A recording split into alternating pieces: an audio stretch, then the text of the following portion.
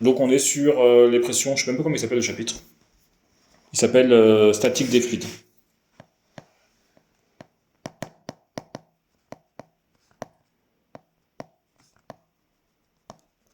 Donc on a à peu près trois, on va dire trois formules. Après on a un peu de cours qu'il faut relire, hein. Je vais pas refaire le cours parce que c'est un petit peu général.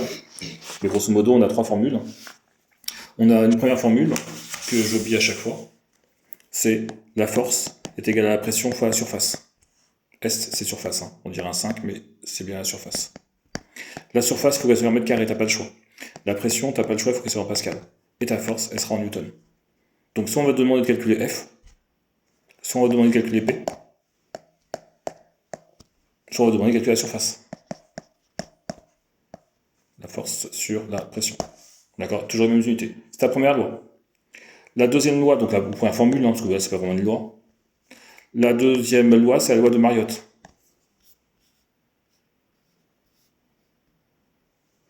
Loi de Mariotte. Je vais aller juste y avec 2T. Loi de Mariotte. Qui nous dit que PV, donc pression fois volume, égale constante. Le plus simple, c'est toujours de prendre l'exemple. Donc, ici, il y a de l'eau. Et je prends un ballon de baudruche. Qui vaut par exemple, qui a un volume de 5 litres, à une pression atmosphérique, on va dire 1 bar. Je rappelle en même temps que 1 bar, sa pression atmosphérique, c'est 1,0 fois 10 puissance 5 pascal. C'est pas exactement 1,0 10 puissance 5, mais c'est quasiment pareil.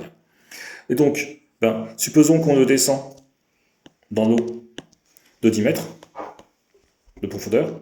On sait que la pression, elle augmente de 1 bar tous les 10 mètres. Donc on a une pression ici qui sera égale à 2 bars. Et vu que ton ballon de baudruche, on peut l'écraser, hein, il peut se gonfler et se dégonfler, simplement, et qu'on nous dit que d'après Mariotte que PV égale une constante, on va dire que ici le volume qui vaut 5 litres, je l'appelle volume 1, la pression à 1 bar c'est volume 2, et donc on a P1V1 est égal à P2V2. Nous on cherche le ballon, son volume de son ballon a une pression de 2 bars. Simplement je cherche V2, P1V1 P1V1 divisé par P2, c'est P2 qui passe ici. Là, j'ai pas de problème d'unité. Il faut juste que si tu es en pression, les deux pressions P1 et P2, elles soient dans la même unité, en bar, en pascal, en tout ce que tu veux. Les volumes, c'est pareil, il faut que ce soit juste les mêmes volumes. Donc, ici, P1, on a dit que c'était 1 bar, fois V1, on a dit que c'était 5 litres. On a une pression de 2 bars, et donc ton nouveau volume, ce sera 5 sur 2, donc 2,5 litres. Voilà. Voilà comment on utilise la loi de Mariotte. Tu as la loi de la... Il s'appelle comment cette loi-là? La loi fondamentale, donc la troisième loi fondamentale de la statique des fluides. Des fluides incompressibles. Donc c'est pour l'eau, hein. Compressible, automatiquement, c'est pas de l'air, hein. L'air, est super compressible. L'eau, les liquides ne sont pas compressibles, quasiment pas compressibles. Et cette loi-là, elle te dit tout simplement que P2 moins P1 est égal à ρ G Z1 moins Z2. Alors, P2 et P1 en pascal, ρ, c'est la masse volumique. Et là, par contre, il faut que ce soit en kilos par mètre cube, sinon ça ne marchera pas. G, c'est G 980 sur Terre. Et les Z, ces altitudes, c'est les mètres. Et donc, Z1 est ici. Z2 est ici. Si Z1, par exemple, il vaut 3 mètres, et ici, par exemple, c'est moins 13, je descends, hein. Donc on va être 0, par exemple, ici, et là, moins 10 mètres. Z2, ça va être moins 10. D'accord? Donc, il faut faire attention. Ce qu'il faut bien voir, c'est que c'est inversé. J'ai commencé ici par P2, j'ai P2 ici. D'accord? Et si tu descends en profondeur, imaginez que c'est dans de l'eau, hein. D'accord? Il faut que P2 augmente automatiquement. Ta pression elle augmente. Donc si tu vois qu'il y a un souci que ta pression elle augmente pas, alors que tu descends, c'est que tu as dû inverser. Tu as un problème de chiffre. Ou tu as un problème de moins ici. Donc quand je dis de moins, c'est pas celui-ci qui est gênant. C'est dans Z2. Mais si c'est moins après, du coup, ça devient plus. Ça devient plus. Ah oui, c'est vraiment Z1 qui vaut 0 et Z2 qui vaut moins 10. Donc ça fait moins 10. D'accord? Ta pression elle augmente. Ton P2 il va être, regarde, P2 il sera égal à ρ, G, 0, moins 10, plus P1. Donc ça va être positif, ce que je souligne là. Et donc, tu t'es bien enfoncé dans l'eau, ta pression P2 elle vaut P1 plus quelque chose de positif, donc ça augmente ta pression. Du coup, au final, c'est toujours moins. Bah, Enfin, c'est pas possible que au final, il va Z2 falloir que tu réfléchisses quand tu as ton exercice. Je peux pas répondre à ta question comme ça. Du coup, Z2, il sera jamais positif. Bah, ça dépend si ton Z2 il est au-dessus. Ça dépend de ton exercice. Il faut que tu regardes par rapport à quoi t'as à côté. Tu peux être comme ça. C'est pour ça que je dis il faut regarder par rapport à son exercice, il faut raisonner. Tu peux avoir ici un Z qui vaut 0 m. Tu peux avoir un Z2 ici. Et ici un Z1 ici par exemple. Il faut regarder par rapport à ton exercice où tu es. Tu peux être aussi à des hauteurs différentes. D'accord. Donc il faut que tu regardes par rapport à ton exercice, mais voilà. Mais techniquement, oui, ce sera toujours.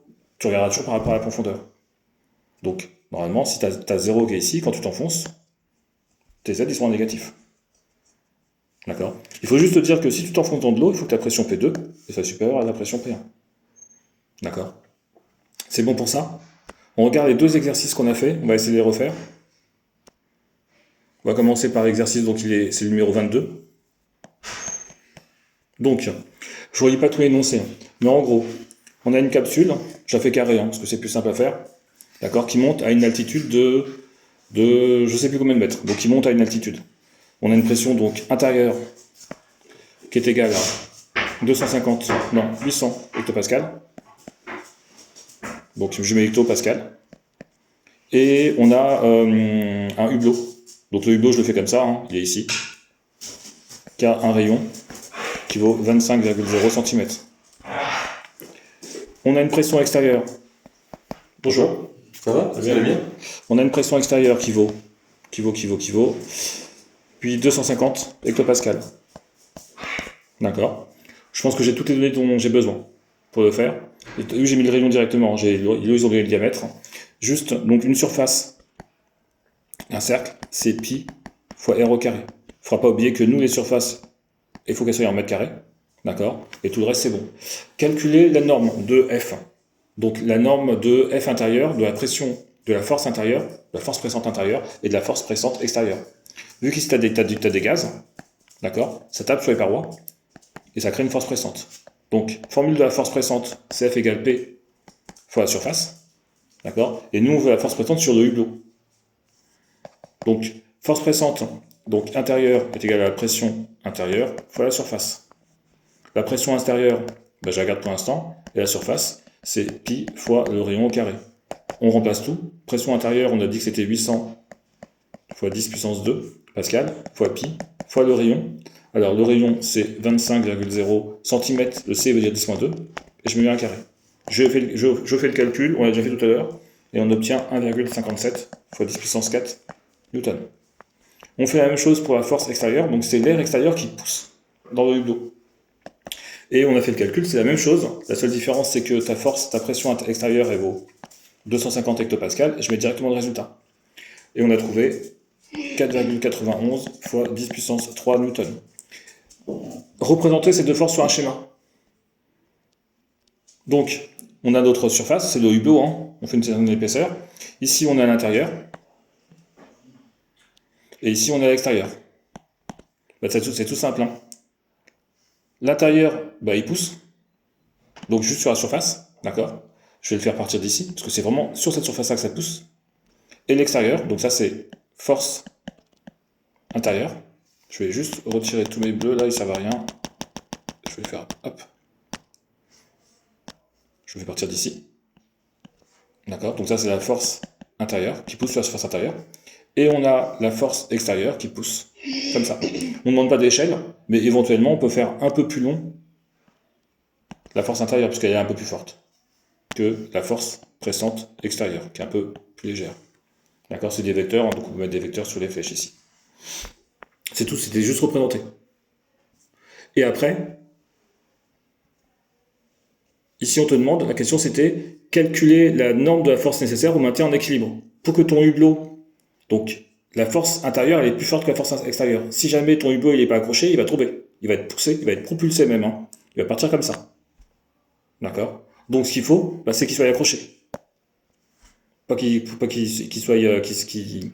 parte à l'extérieur. Imagine que tu prends la même capsule, tu la mets sous l'eau, la force extérieure va pousser beaucoup plus fort, donc ton hublot il va s'enfoncer, ton eau il va se casser et ton eau va rentrer. Donc il faut bien sûr qu'il soit costaud et bien accroché.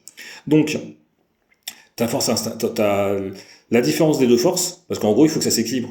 Il faut que les deux forces s'équilibrent, soit égales à 0.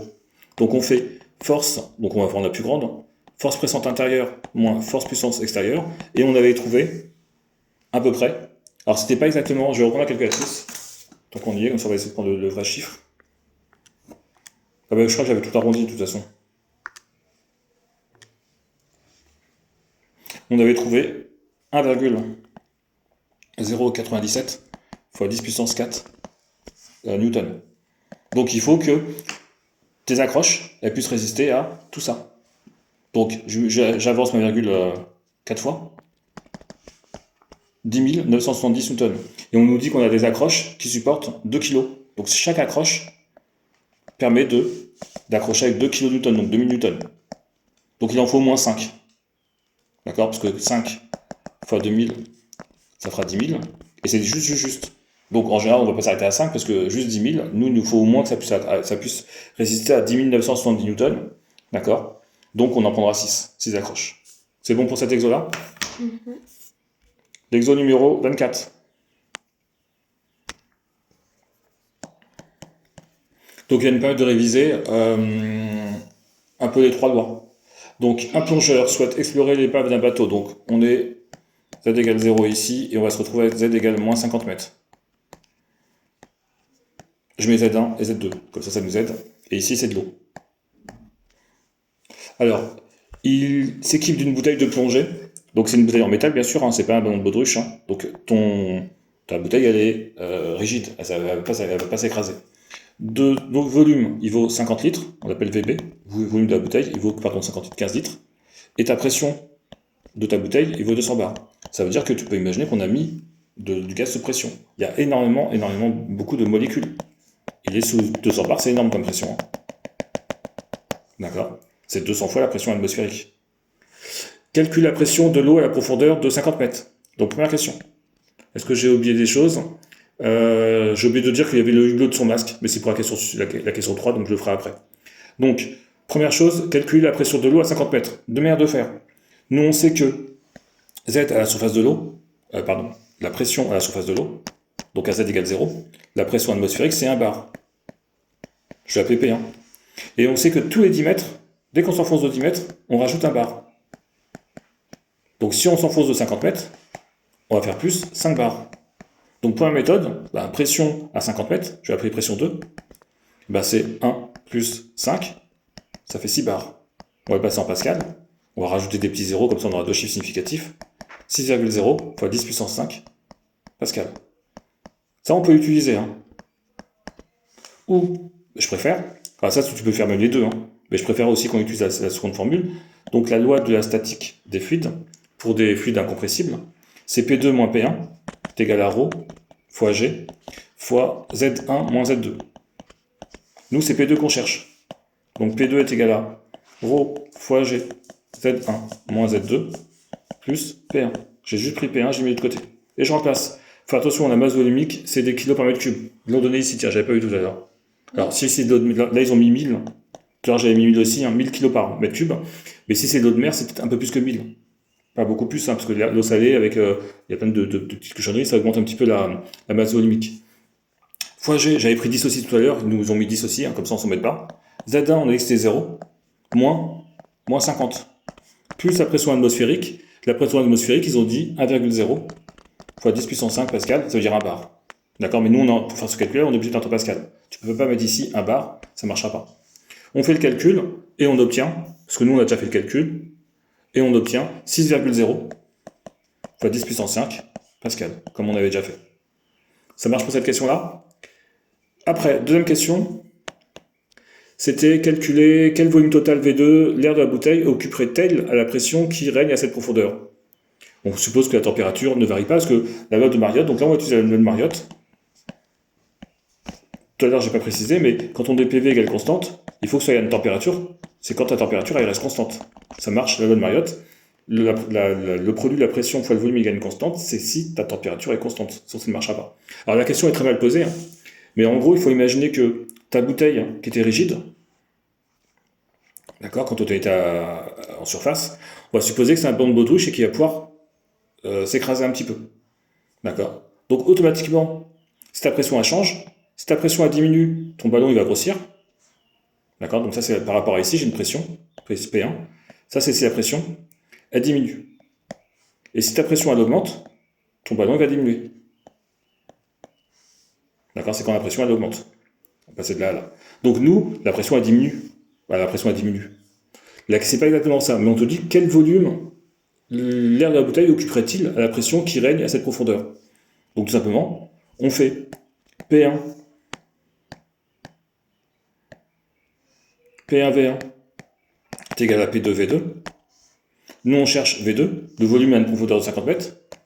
V2 est égal à P1V1 sur P2. P1 on avait dit 200 bars, le volume je crois que c'était 15 litres.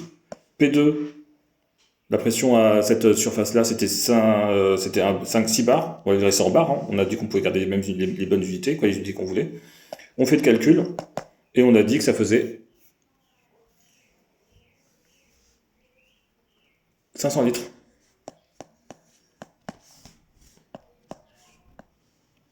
D'accord pour ça? En réalité, ça va pas prendre 500 litres. Hein. Ta bouteille de gaz, ta bouteille d'air, elle est rigide. Hein. D'accord? Donc on passe pas de quoi. Ta pression à l'intérieur, elle va pas changer. Ok pour ça? C'est si tu avais un ballon de baudruche, mais ton ballon de baudruche, de toute façon, ça veut dire que l'exercice ce serait le contraire. Si on avait le ballon de baudruche, on te dirait, je suis à Z égale 0, je fais une profondeur telle que j'ai 200 bars. Donc 200 bars, ça veut dire que chaque barre c'est 10 mètres, donc je serai au moins à 2000 mètres de profondeur, donc pour avoir 200 bars ici. Puisque pour chaque barre, il me faut 10 mètres. Donc je multiplie par 10, ça fait au moins 2000 bars. Ah, pardon, 2000 mètres de profondeur. Bon, c'est pas exactement 2000 mètres parce qu'il y a le décalage avec le Z égale 1. Parce que quand on est à 2, quand on est à 2 bars, on est qu'à 10 mètres. Donc ce ne sera pas exactement 200 mètres. D'accord? Ce serait 1990 mètres de profondeur. Donc ton ballon de baudruche, il serait ici avec tes 200 bars. Et en réalité, on le remonterait à 50 mètres. D'accord? Donc ici, ton ballon de baudruche, il ferait 15 litres. Et vu que je monte à 50 mètres de profondeur, donc à une pression de 6 bars, ton ballon de baudruche, ceci, il grossirait. Et il serait à 500 litres. C'est ça, en réalité, l'énoncé qu'on pourrait avoir, un truc qui grossit et qui grossit pas. Là, c'est juste hypothétiquement. D'accord? Si jamais on le mettait dans un nouveau récipient, quel volume il prendrait? Alors, dernière question. C'est calculer la valeur de la force pressante exercée par l'eau sur la vitre du masque du plongeur. Donc, on a notre plongeur. Il a un masque. Je sais pas si le masque il fait tous les yeux et la bouche, j'en sais rien, comme ça. Voilà. Et ce masque, la surface de ce masque, on nous a dit dans l'énoncé qu'elle valait 100 cm². Et donc on veut la valeur de la pression de la force pressante. F est égal à la pression fois la surface. On veut la valeur de la force pressante quand on est à 50 mètres. D'accord? Donc la pression on la connaît. Donc là on n'a pas le choix, on est obligé d'utiliser des SI. Hein. La pression c'est des pascals, on avait dit que c'était 6,0 fois 10 puissance 5 pascal. La surface, on est obligé de la passer en mètres. Donc on a mètre carré, décimètre carré, centimètre carré, toujours deux cases. Je mets mon 100 ici, et je rajoute mes deux zéros pour aller ici. Donc ça nous fait fois la surface, 0,0, 100. Là je suis bien en mètre carré, je mets la pression qui est en pascal, je fais mon calcul. Donc 6,0 fois 10 puissance 5 fois 100 fois 10-4, et on obtient 6,0 kN, donc fois 10 puissance 3 Newton. Donc c'est une belle force, hein, quand même. Et donc, dans la correction, attends, je relis juste la question. Pourquoi dit-on qu'il y a un risque d'écrasement du masque sur le visage du plongeur? On parle de plaquage du masque. Donc le casque, il est vraiment poussé, hein, donc ça le plaque. Donc,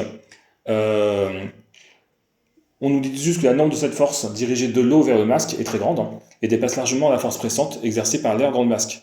Donc pour éviter le plaquage, le plongeur doit souffler de l'air par le nez pour donner un peu plus de pression, afin que la force pressante de cet air compense celle de l'eau. Ok pour ça?